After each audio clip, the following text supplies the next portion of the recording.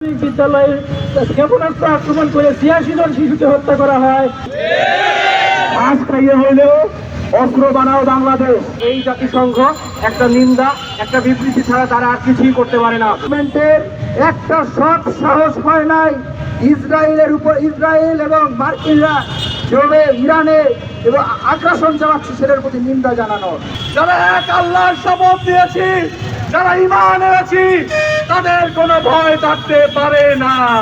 তখন কোন রাষ্ট্র এই বিপরীতে বিবৃতি প্রকাশ করেনি, অথচ ইরান যখনই তার পাল্টা আক্রমণ করে, যখন তার জবাব দেয়, আত্মরক্ষার্থে যখন আক্রমণ করে, তখনই তাদেরকে সার্বভৌমত্বের অজুহাত দিয়ে নিন্দা প্রস্তাব আনে এবং বিবৃতি প্রকাশ করে। আমরা এই দ্বিচারিতার তীব্র নিন্দা জানাই। প্রিয় উপস্থিতি, আমি বেশি কিছু বলবো না, শুধু একটা কথাই বলতে চাই, আপনারাও কিন্তু নিরাপদ নয়। এই যে সৌদি আরব, সংযুক্ত আরব আমিরাত, ওমান, কাতার থেকে শুরু করে ইরানের প্রতিবেশী যে রাষ্ট্রগুলো, মুসলিম রাষ্ট্রগুলো, তারা প্রত্যক্ষ পরোক্ষভাবে জায়নবাদ এবং আমেরিকান আগ্রাসনকে সমর্থন করছে। মনে রাখবেন, আজ ইরান, আগে ছিল লিবিয়া, তারপরে তারা আগে ইরাক, এরপরে পারা কিন্তু আপনারাও এখান থেকে রেহাই পাবেন না। তাই আমি বলছি, আপনারা ইমানকে মজবুত করে আমাদের ভাই, আমাদের বোন, আমাদের আদর্শ মুসলিম বিশ্বের প্রতি, মুসলিম উম্মার প্রতি আপনারা সমর্থন ব্যক্ত করেন, আপনারা শক্ত হাতে প্রতিরোধ করেন, আপনারা সমর্থন দেন, সব ধরনের সাহায্য সহযোগিতা অব্যাহত রাখেন।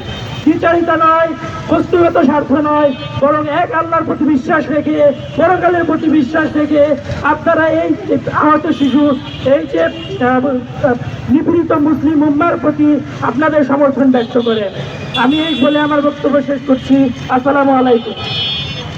ইরান থেকে শুরু করে মুসলিম বিশ্বে যে আগ্রাসন চলছে, ইরাকে যে আগ্রাসন চলছে, আমার ভাই বোনদেরকে হত্যা করা হচ্ছে, সেখানে বিশ্ব মিডিয়া থেকে শুরু করে এই বিশ্ব মোড়লদের কোনো কথা নেই, তারা মুখ বন্ধ করে আছে। আমরা সারা বিশ্বে মুসলিম জনগোষ্ঠীদের হুঁশিয়ারি উচ্চারণ করতে চাই।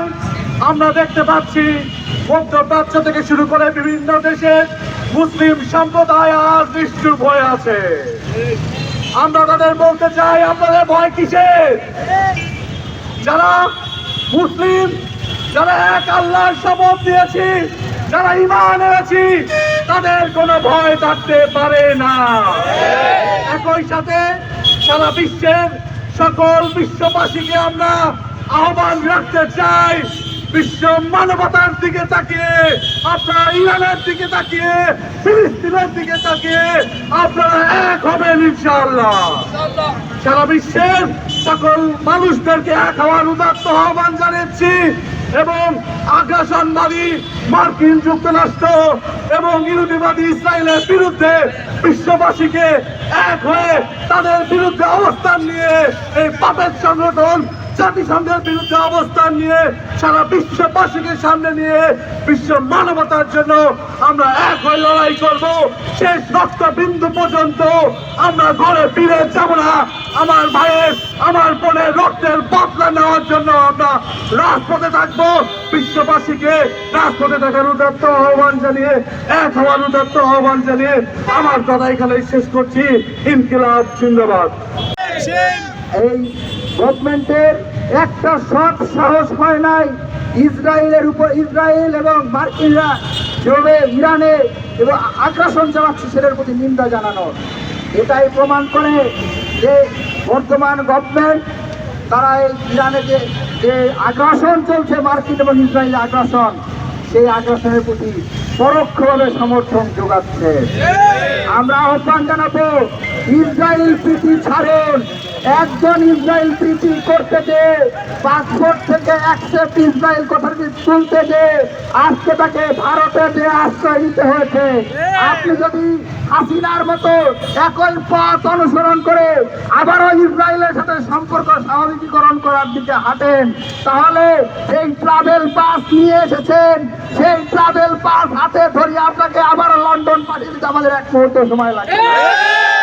আমরা আজকের এই সমাবেশ থেকে আহ্বান জানাবো, কাল বিলম্ব না করে বাংলাদেশের শান্তিপ্রিয় মানুষের যেই সিম্প্যাথি, সেই অনুভূতি, সেই আবেগ অনুভূতির প্রতি সম্মান জানিয়ে ইমাম খোমেনির শাহাদাতের প্রতি শোক জ্ঞাপন করুন এবং শোক জানিয়ে বিবৃতি প্রদান করুন। ঘাস খাইয়ে হইলেও অস্ত্র বানাও বাংলাদেশ। এই বিশ্ব ব্যবস্থায় আমরা মাথা উঁচু করে বাঁচতে চাই। আমরা কারো দয়া অনুকম্পা নিয়ে বাঁচতে চাই না। আমাদের যে মূল্যবোধ, আমাদের যে আশা আকাঙ্ক্ষা, মুসলিম জাহানের প্রতি, মুসলিম উম্মাহের প্রতি আমাদের যে কমিটমেন্ট, সেইটা আমরা মাথা উঁচু করেই দিব। চালায় একটা স্বাধীন সার্বভৌম দেশে নিজের ইচ্ছা মতো নিজের রাজনীতির স্বার্থে, নিজের দেশের স্বার্থে, সাম্রাজ্যবাদের স্বার্থে প্রকাশ্য দিবালোকে তাদের রাষ্ট্রপ্রধানকে হত্যা করে, হামলা করে।